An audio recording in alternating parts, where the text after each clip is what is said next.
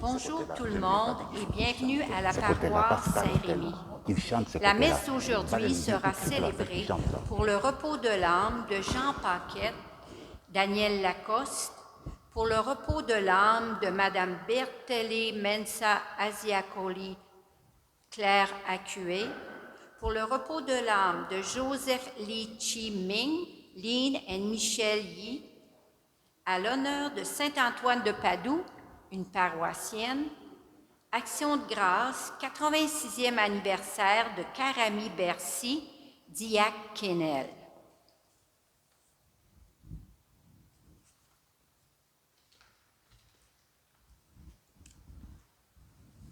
Attendez, je vais m'installer de l'autre côté, c'est ce qu'on me dit.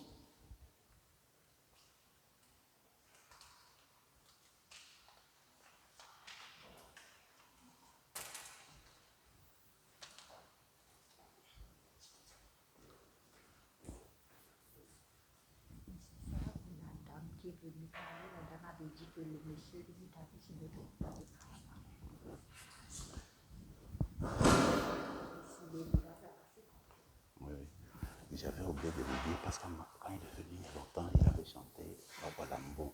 On a repris à ce côté-là, mais j'avais oublié de le dire.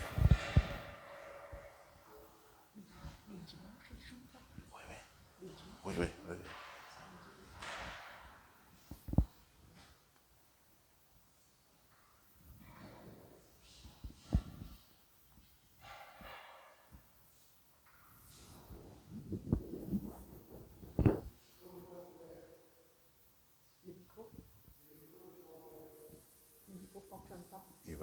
Jacques va ouvrir.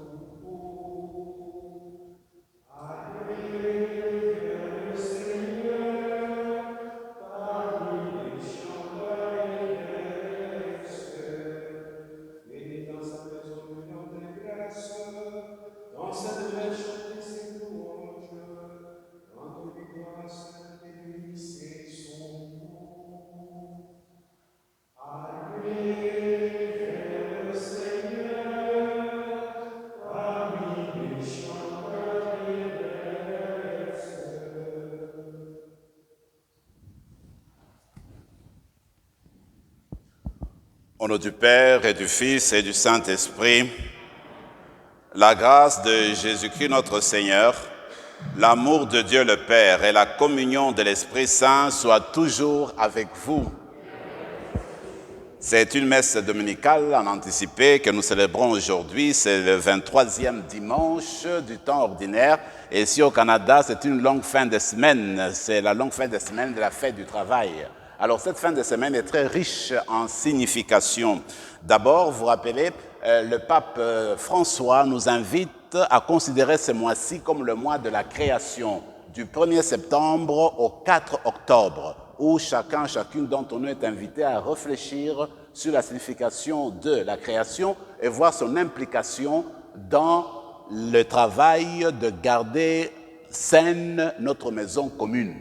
Alors chacune de nous a ce devoir-là. D'ailleurs, la fête du travail que nous célébrons le lundi vient nous chercher toujours dans ce sens-là parce que Dieu nous a créés pas pour que nous possédions la terre. La terre appartient à Dieu. Dieu nous a créés comme des gérants et des gérantes de la terre.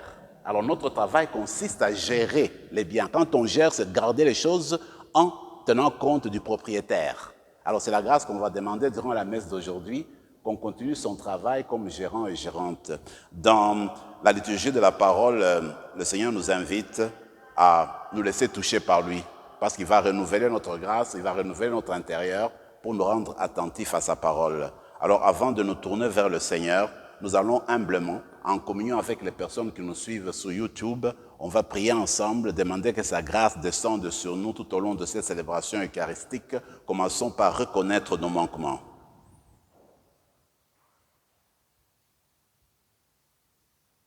Seigneur Jésus, envoyé par le Père pour guérir et sauver l'humanité, prends pitié de nous. Ô Christ venu dans notre monde appeler tous les pécheurs, prends pitié de nous. Seigneur, assis à la droite du Père où tu intercèdes pour nous, prends pitié de nous. Que Dieu Tout-Puissant nous fasse miséricorde, qu'il nous pardonne nos péchés et nous conduise à la vie éternelle.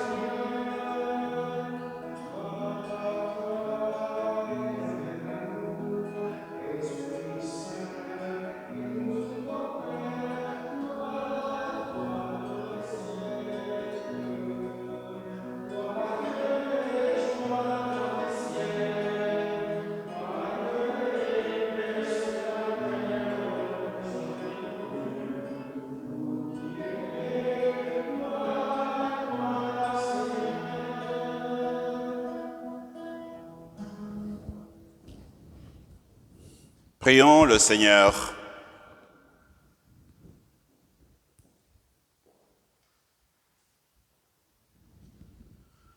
Dieu qui as envoyé ton Fils pour nous sauver et pour faire de nous tes enfants d'adoption, regarde avec bonté ceux et celles que tu aimes comme un Père.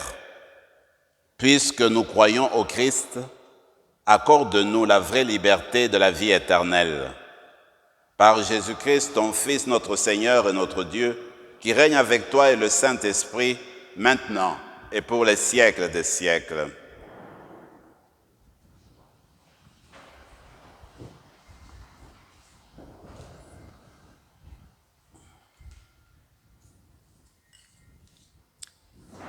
Du livre du prophète Isaïe. Dites aux gens qui s'affolent, « Soyez forts, ne craignez pas. Voici votre Dieu. C'est la vengeance qui vient, la revanche de Dieu. Il vient lui-même et va vous sauver. Alors se dessilleront les yeux des aveugles et s'ouvriront les oreilles des sourds. Alors le boiteux bondira comme un cerf, et la bouche du muet criera de joie, car l'eau jaillira dans le désert, des torrents dans le pays aride. La terre brûlante se changera en lac, la région de la soif en eau jaillissante. Parole du Seigneur. Nous rendons grâce à Dieu.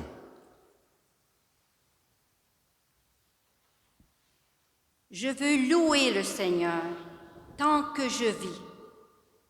Je veux louer le Seigneur tant que je vis. Le Seigneur garde à jamais sa fidélité. Il fait justice aux opprimés. Aux affamés, il donna le pain. Le Seigneur délie les enchaînés. Je veux louer le Seigneur tant que je vis. Le Seigneur ouvre les yeux des aveugles. Le Seigneur redresse les accablés. Le Seigneur aime les justes. Le Seigneur protège l'étranger. Je veux louer le Seigneur tant que je vis. Il soutient la veuve et l'orphelin. Il égare les pas du méchant. D'âge en âge, le Seigneur régnera. Ton Dieu au Sion pour toujours. Je veux louer le Seigneur tant que je vis. De la lettre de Saint Jacques. Mes frères, dans votre foi en Jésus-Christ, notre Seigneur de gloire, n'ayez aucune partialité envers les personnes. Imaginons que, dans votre assemblée, arrive en même temps un homme aux vêtements rutilants, portant une bague en or, et un pauvre aux vêtements sales. Vous tournez vos regards vers celui qui porte le vêtement rutilant et vous lui dites « Assieds-toi ici, en bonne place. » Et vous dites au pauvre « Toi, reste là debout. » Ou bien « Assis-toi au bas de mon marchepied. » Cela n'est-ce pas faire les différences entre vous et juger selon de faux critères? Écoutez donc, mes frères bien-aimés, Dieu, lui, n'a-t-il pas choisi ceux qui sont pauvres aux yeux du monde pour en faire des riches dans la foi et des héritiers du royaume promis par lui à ceux qui l'auront aimé? Parole du Seigneur. Nous rendons grâce à Dieu.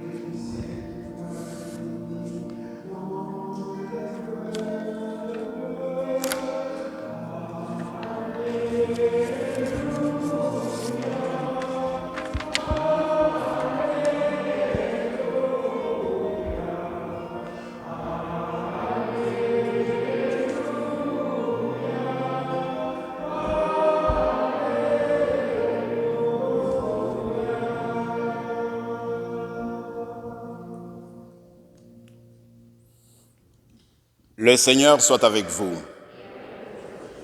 Évangile de Jésus-Christ selon saint Marc. En ce temps-là, Jésus quitta le territoire de Tyr. Passant par Sidon, il prit la direction de la mer de Galilée et alla en plein territoire de la Décapole. Des gens lui amènent un sourd qui avait aussi la difficulté à parler et supplie Jésus de poser la main sur lui. Jésus l'emmena à l'écart, loin de la foule, lui mit les doigts dans les oreilles et, avec sa salive, lui toucha la langue. Puis, les yeux levés au ciel, il soupira et lui dit « Ephata », c'est-à-dire « ouvre-toi ». Ses oreilles s'ouvrirent, sa langue se délia, et il parlait correctement. Alors, Jésus leur ordonna de ne rien dire à personne. Mais plus il leur donnait cet ordre, plus ceux-ci le proclamaient. Extrêmement frappé, il disait « Il a bien fait toutes choses. Il fait entendre les sourds et parler les muets. Acclamons la parole du Seigneur. »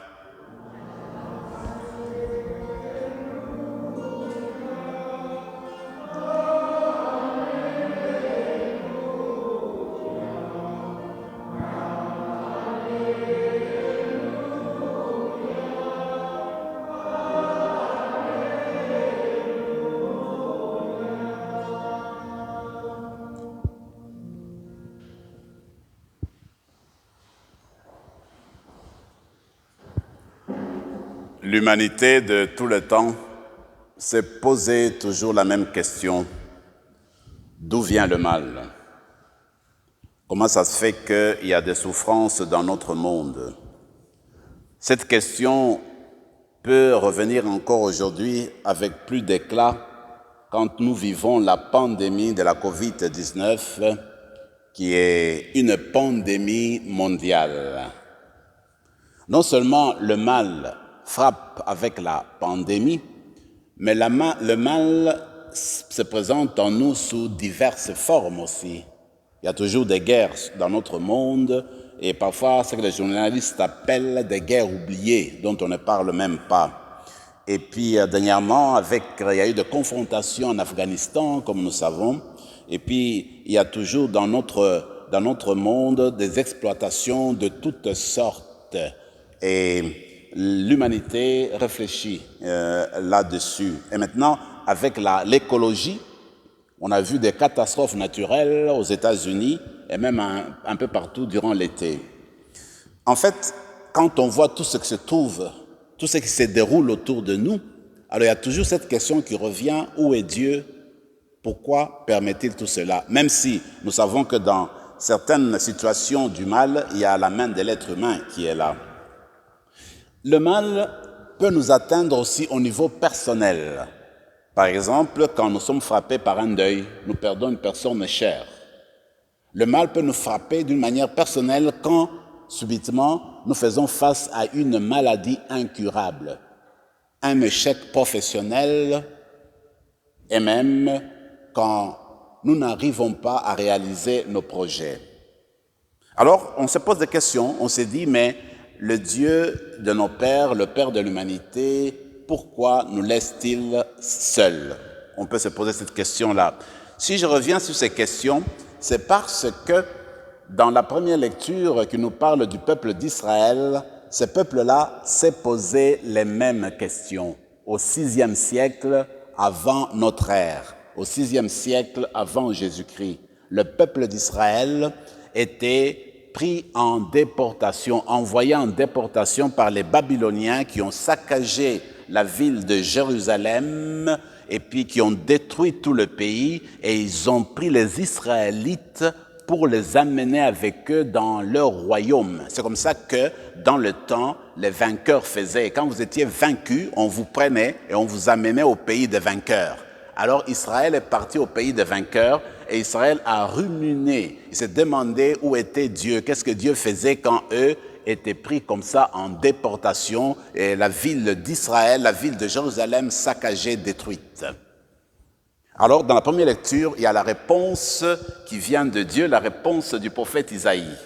Alors Isaïe dit, Dieu va venir au devant. Dieu va prendre les choses en main, il va prendre le devant et venir au secours d'Israël. Mais attention, ce n'est pas une intervention dans la logique de la violence, que Dieu va rendre le mal pour le mal, du tout. Alors, Isaïe parle du salut de Dieu qui va arriver par une nouvelle création. Dieu va changer la face du monde, il va présenter autrement les choses. C'est que dans cette nouvelle réalité, dit-il, eh bien, les aveugles vont commencer à voir, les muets commenceront à parler, les boiteux commenceront à marcher, les pays désertiques soudainement deviendront des pays avec beaucoup de flots, avec beaucoup de fleuves. Voilà comment Dieu change la face de la terre pour amener son salut. Et en réalité, quand Dieu apporte son salut, quand tu fais l'expérience du salut de Dieu, tu verras qu'en toi, tout ce qui était fermé va commencer à s'ouvrir. Quand Dieu t'apporte le salut, tu verras qu'en toi, tout ce qui était desséché va commencer à s'épanouir. Tout ce qui était entravé va se délier.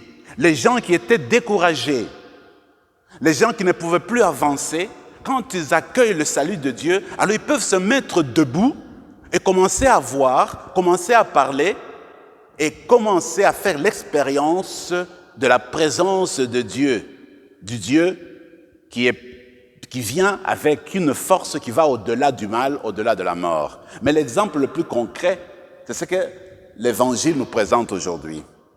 Voilà un miracle que Jésus va faire. Parce que Jésus est celui justement qui vient inaugurer la création nouvelle. C'est celui qui vient initier un monde nouveau. Et ces miracles, ces guérisons sont l'expression de ce renouvellement-là. Aujourd'hui, on nous présente Jésus qu'on dit, il est parti dans la région de la Décapole. En fait, la région de la Décapole, c'était une région qui sortait des frontières d'Israël. Donc Jésus est dans un pays païen, un pays non juif. Alors, il y arrive, on peut s'attendre à ce que, comme c'était dans le temps, que les gens n'aillent pas chez lui, que les gens le rejettent, mais non, ils vont vers lui et lui amènent un sourd-muet. Et Jésus touche le sourd-muet. C'est très important, ces petits détails, parce que dans la mentalité hébraïque, la mentalité juive, tu ne pouvais pas toucher un païen, tu ne pouvais pas toucher quelqu'un qui n'était pas du peuple juif, parce que tu le touchais, tu devenais impur. Donc il fallait que tu te purifies parce que tu as touché un païen. Et voilà que Jésus, dans un territoire païen, il prend l'initiative, il touche un païen, il le guérit. Comme pour dire, en fait, le Seigneur Jésus est venu pour l'humanité. Il n'est pas venu seulement pour Israël. Il est venu pour l'humanité. Alors, quand il fait ce geste-là de toucher, de guérir, c'est pour montrer sa proximité, pour montrer sa miséricorde avec la personne qui est malade, avec les infirmes, les malades, les pauvres, les personnes qui sont dans le besoin. Voilà comment notre Seigneur exprime aujourd'hui, n'est-ce pas, cet aspect de cette dimension de la nouvelle création du nouveau monde. Alors, ce que fait le Seigneur, en fait, il va guérir le sourd-muet pour le faire sortir de son isolement. Parce qu'il dit « Epheta, ouvre-toi ». Voyez-vous, nous pouvons entendre les gens. Nous pouvons entendre même la parole de Dieu, c'est une grâce. Nous pouvons communiquer, c'est une grâce. Alors, l'ouïe, nos organes de sens, en fait, nous permettent d'entrer en communication avec les autres, en communication avec le monde extérieur. Quand on ne les a pas, c'est difficile de le faire. Alors Jésus, en voyant cet homme-là, ce qu'il va faire, il va le sortir de ce monde enfermé pour lui permettre de communiquer avec les autres, pour lui permettre de parler avec les autres. Donc il sort de son isolement et il peut commencer maintenant à voir autrement les choses et entrer dans la dynamique du monde présent. Maintenant, la question, c'est de voir qu'est-ce que le Seigneur nous apporte à vous et à moi dans la réflexion d'aujourd'hui, dans la lecture évangélique d'aujourd'hui. D'abord, la première chose, c'est se dire, il faut faire attention. Peut-être que vous et moi, nous sommes d'une certaine manière frappés par l'handicap auditif, sans qu'on le sache. On est frappé par l'handicap auditif quand nous n'entendons pas les appels au secours. Quand nous n'entendons pas la vocation, l'appel de Dieu de faire le bien quand nous n'entendons pas, n'est-ce pas, cette invitation à nous embarquer dans l'édification du nouveau monde. Et même, des fois, nous bouchons nous-mêmes les oreilles parce que on ne veut pas entendre les cris des pauvres. On se bouche les oreilles parce que on ne veut pas entendre la voix de l'injustice. Alors on se bouche les oreilles aussi parce que on ne veut pas entendre les éloges de notre voisin, de notre voisine, des autres personnes que nous. On ne veut pas entendre, on se bouche les oreilles. Alors maintenant, quand le Seigneur vient à nous pour nous toucher, en fait, c'est pour nous rendre capables d'écouter et d'entendre même les éloges des autres personnes. Ce qui est pire aussi, c'est que quand nous voulons parler, peut-être nous bégayons quand arrive le moment d'annoncer la parole de Dieu, quand arrive le moment de dire notre foi, quand arrive le moment de partager notre expérience spirituelle, alors nous ne voulons pas parler, nous ne sentons pas le courage ou nous ne voulons pas vraiment nous exprimer comme il se doit parce que nous nous sentons mal à l'aise, parce que nous voulons nous enfermer en nous-mêmes. Alors, ce qu'on va demander, c'est de sortir du mutisme, notre mutisme, et demander au Seigneur qu'il délie notre langue pour que notre langue arrive à exprimer notre foi avec éloquence, pour que notre bouche continue à parler des merveilles de Dieu autour de nous, que notre bouche continue à défendre le droit des pauvres, des plus petits, pour que notre manière de parler nous conduise vers l'édification du royaume de Dieu. Vous savez, on peut être frappé de ce qu'on appelle l'aphasie. L'aphasie, c'est justement perdre la parole, nous disent les médecins. Alors si tu es frappé de l'aphasie spirituelle, c'est que, en fait, tu ne veux pas parler parce que tu ne veux pas dénoncer l'injustice. Alors tu te tais.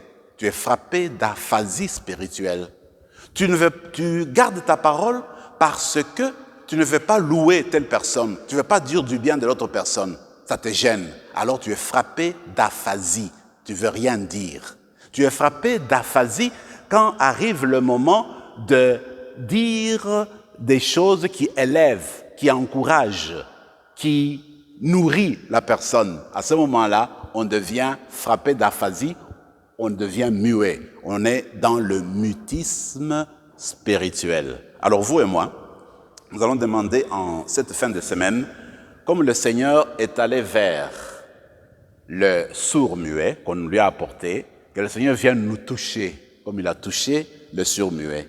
Et vous et moi, nous avons besoin de sortir de notre mutisme spirituel, de notre aphasie spirituelle, pour que nous soyons en mesure de capter les cris autour de nous, les cris d'aide, des gens qui veulent être aidés, être supportés, qu'on puisse être en mesure de les accepter. Aussi, que le Seigneur vienne nous délier la langue, pour que la langue soit la proclamation d'amour, de justice, de miséricorde, que nous puissions annoncer les merveilles du nouveau monde. Vous savez, il y a un auteur qui disait une chose merveilleuse, il dit, écoutez, Jésus a guéri, cet homme-là, c'est vrai, mais Jésus guérit toute l'humanité. Non seulement il guérit toute l'humanité, mais il guérit toute la personne. Donc, dans l'intégrité, il nous guérit tous. Et quelqu'un disait, écoutez, le Seigneur est parti dans un pays païen pour guérir et amener la bonne nouvelle. C'est que dans notre corps, dans notre personne, il y a des morceaux, des parties qui sont comme des résidus, des endroits où se trouve le paganisme dans certaines parties de notre personne. Alors le Seigneur a besoin de venir aussi entrer dans notre être pour faire sortir les aspects du paganisme, c'est-à-dire ces instances, ces morceaux en nous qui disent non à Dieu, qui ne veut pas de Dieu en nous. Alors nous voulons que Jésus nous reconstruise, nous guérisse complètement, comme être, comme personne, dans l'intégrité. Voilà ce que nous allons demander dans la messe d'aujourd'hui. Mettons-nous ensemble donc pour prier que ce Seigneur, par l'Eucharistie qu'on va recevoir aujourd'hui, qui vienne toucher notre cœur, notre corps, notre esprit, notre âme. Mais quand nous touchons, eh bien, il nous guérisse notre cœur pour que les oreilles de notre cœur puissent s'ouvrir et que aussi nous ayons la possibilité la capacité d'exprimer son amour et d'évangéliser autour de nous pour le monde meilleur. Amen.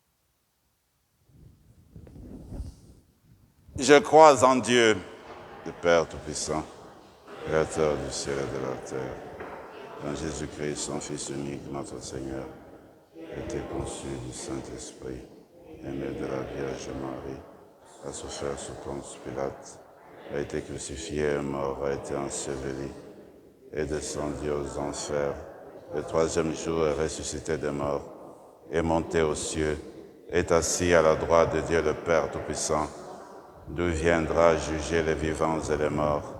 Je crois en l'Esprit Saint, à la Sainte Église catholique, à la communion des saints, à la rémission des péchés, à la résurrection de la chair et à la vie éternelle. Amen.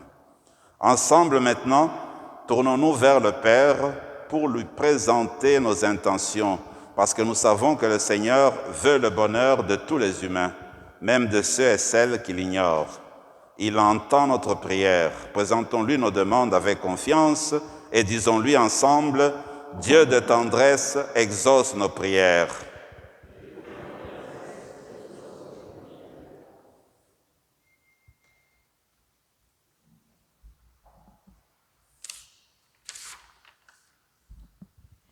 Pour que l'Église soit toujours proche et compatissante à l'égard des gens oubliés, démunis et souffrants, prions le Seigneur. Dieu de tendresse, exauce nos prières. Pour ceux et celles qui vivent dans l'isolement en ce temps de pandémie et qui souffrent de ne pas pouvoir communiquer avec les autres, prions le Seigneur. Dieu de tendresse, exauce nos prières. Pour les personnes qui n'ont plus le courage de prononcer une parole de réconfort dans leur famille et leur milieu de travail, prions le Seigneur. Dieu de tendresse, exauce nos prières. Pour que les jeunes, leurs éducateurs et éducatrices entreprennent la nouvelle année scolaire avec la conviction qu'ils préparent l'avenir de la société. Prions le Seigneur. Dieu de tendresse, exauce nos prières. Pour que notre communauté accepte de s'engager avec audace et créativité dans de nouveaux projets en ce début de l'année pastorale, prions le Seigneur.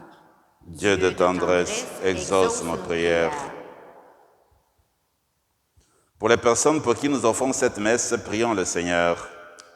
Dieu de tendresse, exauce nos prières. Seigneur Dieu, ouvre nos yeux aux merveilles de ta création et de ton œuvre de salut. Dirige nos pas vers les oubliés de notre société et délie nos langues pour que nous proclamions que tu es plein d'amour pour tous les humains. Nous te le demandons par Jésus, ton Fils, notre Seigneur. Amen.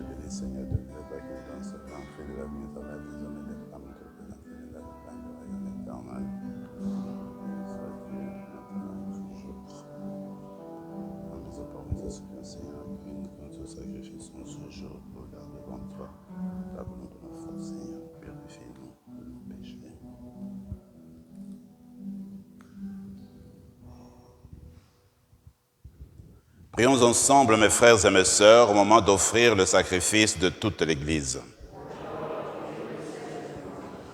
Dieu qui donne la grâce de te servir avec droiture et de chercher la paix, fait que cette offrande puisse te glorifier et que notre participation à l'Eucharistie renforce les liens de notre unité. Par Jésus le Christ, notre Seigneur. Le Seigneur soit avec vous.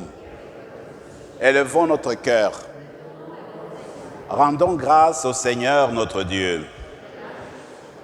Vraiment, il est juste et bon de te rendre gloire, Père très saint, Dieu éternel et tout-puissant, de qui nous tenons la vie, la croissance et l'être.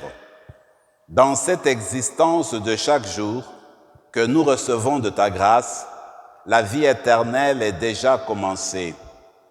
Nous avons reçu les premiers dons de l'Esprit par qui tu as ressuscité Jésus d'entre les morts. Et nous vivons dans l'espérance que s'accomplisse en nous le mystère de Pâques. Voilà pourquoi nous te rendons grâce en chantant avec les anges.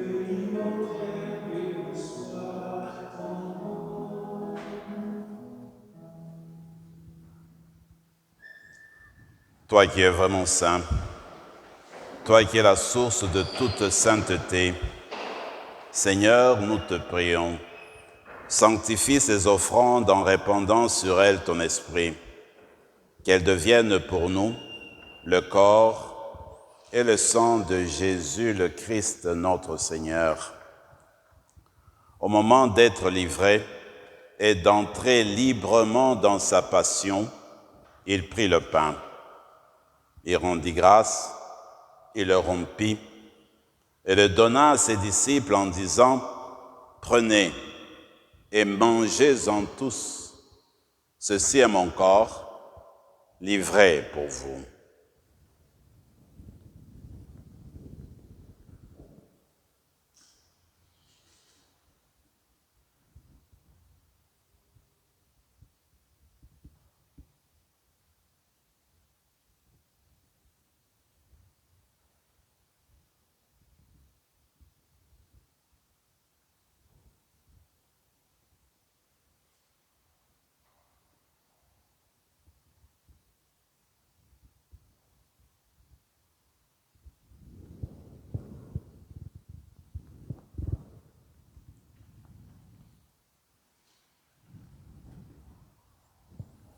De même, à la fin du repas, il prit la coupe.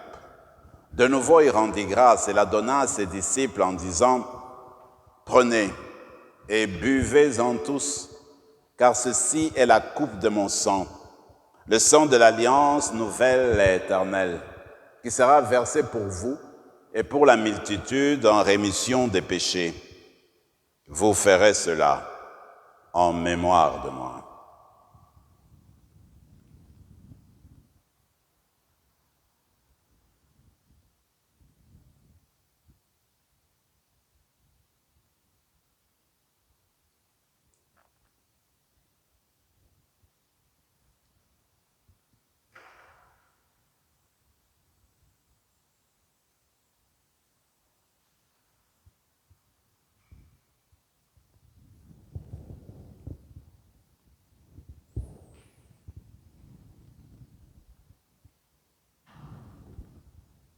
Il est grand le mystère de la foi.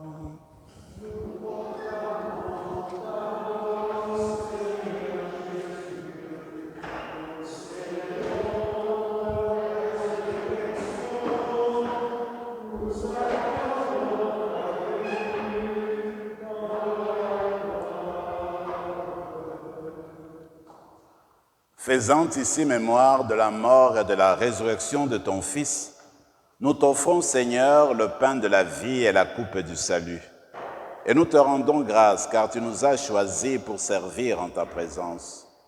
Humblement, nous te demandons qu'en ayant part au corps et au sang du Christ, nous soyons rassemblés par l'Esprit Saint en un seul corps. Souviens-toi, Seigneur, de ton Église répandue à travers le monde. Fais-la grandir dans ta charité avec le pape François, notre évêque Marcel et tous ceux qui ont la charge de ton peuple.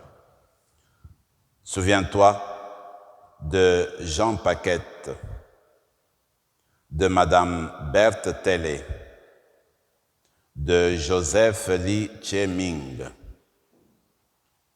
de Benjamin Kabangou et de Eugène Kabangou, que tu as appelés auprès de toi. Puisqu'ils ont été baptisés dans la mort de ton Fils, accorde-leur de participer à sa résurrection. Souviens-toi aussi de nos frères et sœurs qui se sont endormis dans l'espérance de la résurrection et de tous les hommes, de toutes les femmes qui ont quitté cette vie.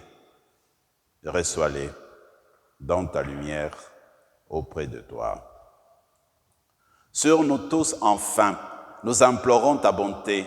Permets qu'avec la Vierge Marie, la bienheureuse Mère de Dieu, avec Saint Joseph, son époux, avec les apôtres, Saint Antoine de Padoue, Saint Rémy et les saints de tous les temps qui ont vécu dans ton amitié, nous ayons part à la vie éternelle et que nous chantions ta louange par Jésus-Christ, ton Fils bien-aimé.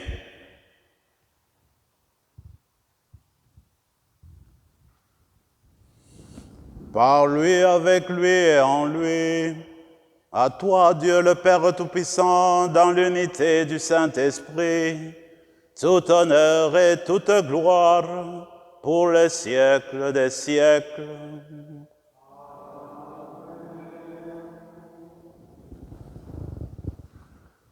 Nous allons réciter le Notre Père. C'est la prière des enfants de Dieu. Et Dieu nous veut toujours du bien. Et il veut que nous reformions sa communauté, sa famille, en communiquant les uns les autres. Voilà pourquoi il vient nous guérir nos sens, les transformer pour sa famille, et puis la famille, la fraternité universelle. Et nous voulons aussi lui rendre grâce pour le 86e anniversaire de la mère de notre diacre, Kemel. On va mettre ça dans nos prières aujourd'hui, et puis les intentions de chacune d'entre nous. Ensemble, notre Père qui es aux cieux, que ton nom soit sanctifié, que ton règne vienne, que ta volonté soit faite sur la terre comme au ciel. Donne-nous aujourd'hui notre pain de ce jour. Pardonne nos offenses, comme nous pardonnons aussi à ceux qui nous ont offensés, et ne nous laisse pas entrer en tentation. Délivre-nous de tout mal, Seigneur, et donne la paix à notre temps. Par ta miséricorde, libère-nous du péché. Rassure-nous devant les épreuves en cette vie, où nous espérons le bonheur que tu promets et l'avènement de Jésus-Christ, notre Sauveur.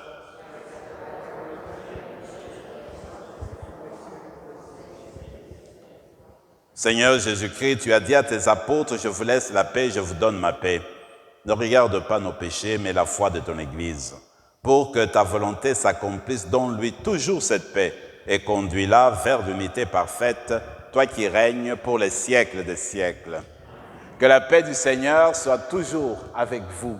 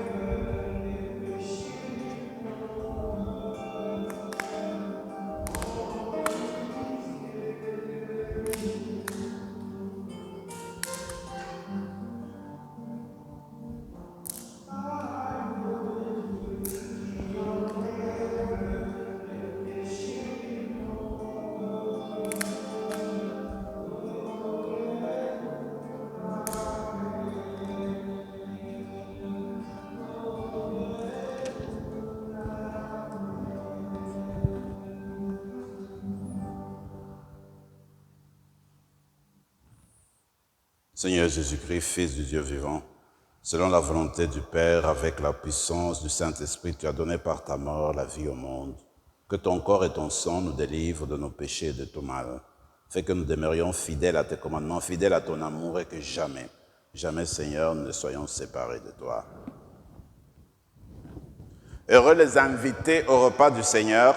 Voici notre Sauveur. Il est l'agneau de Dieu qui enlève le péché du monde.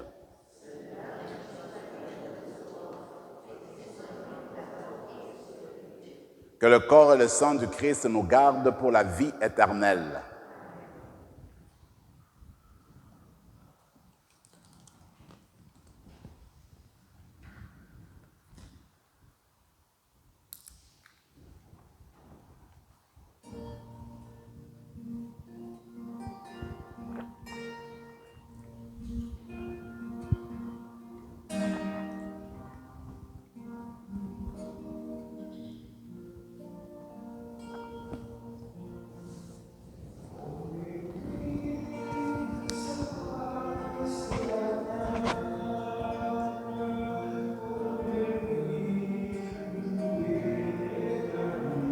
Le corps du Christ.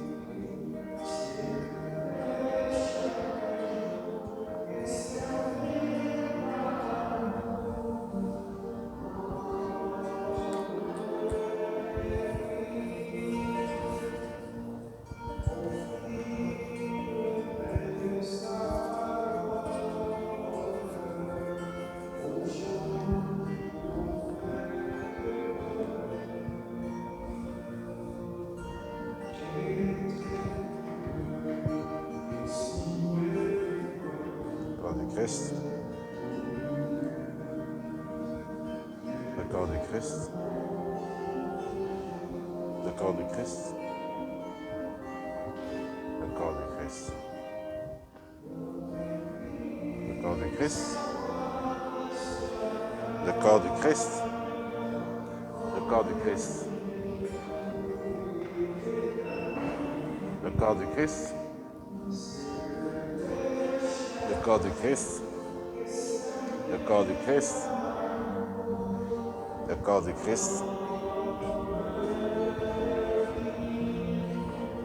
le corps du Christ,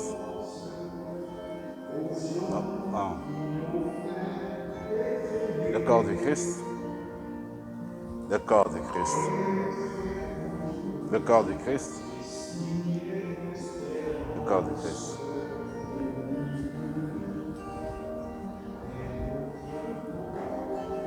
Le corps du Christ. Le corps du Christ. Le corps du Christ. Le corps du Christ. Le corps du Christ. Le corps du Christ. Le corps du Christ. Le corps du Christ. Le corps du Christ, le corps du Christ.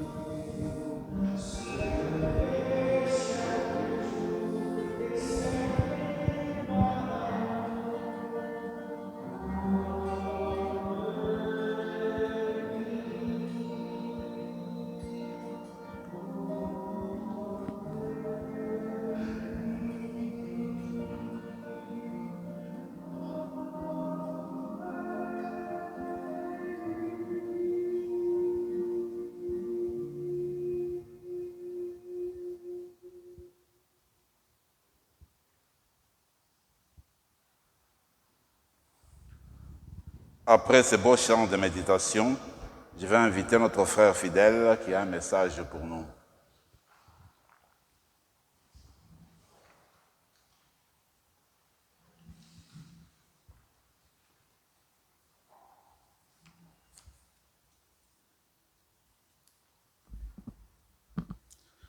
Bonsoir, chers frères et sœurs.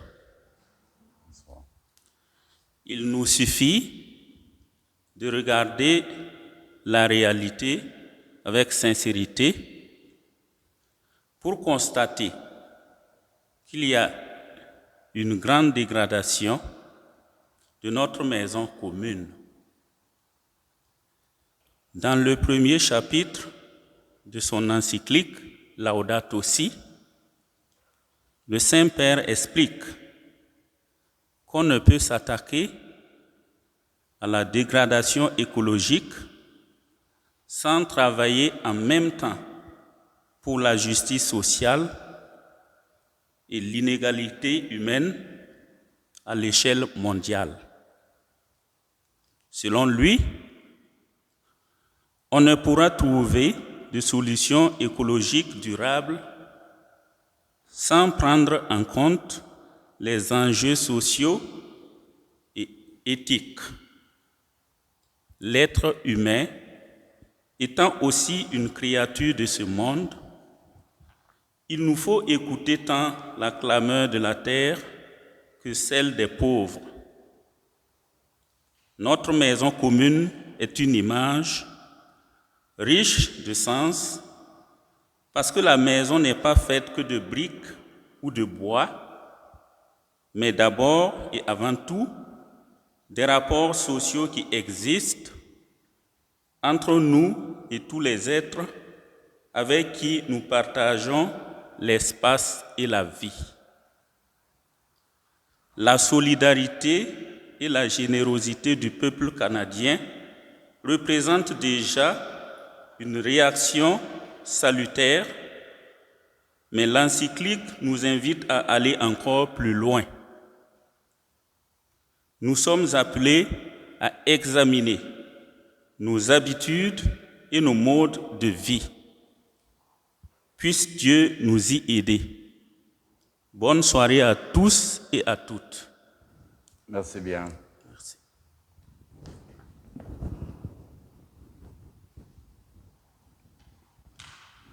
Prions encore le Seigneur.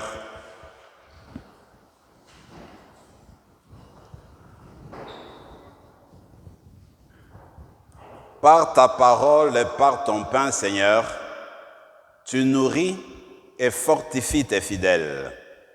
Accorde-nous de si bien profiter de ces dons que nous soyons associés pour toujours à la vie de ton Fils, lui qui vit et règne avec toi dans l'unité du Saint-Esprit maintenant et pour les siècles des siècles. Le Seigneur soit avec vous et que Dieu Tout-Puissant vous bénisse, le Père, le Fils et le Saint-Esprit. Allez dans la paix du Christ.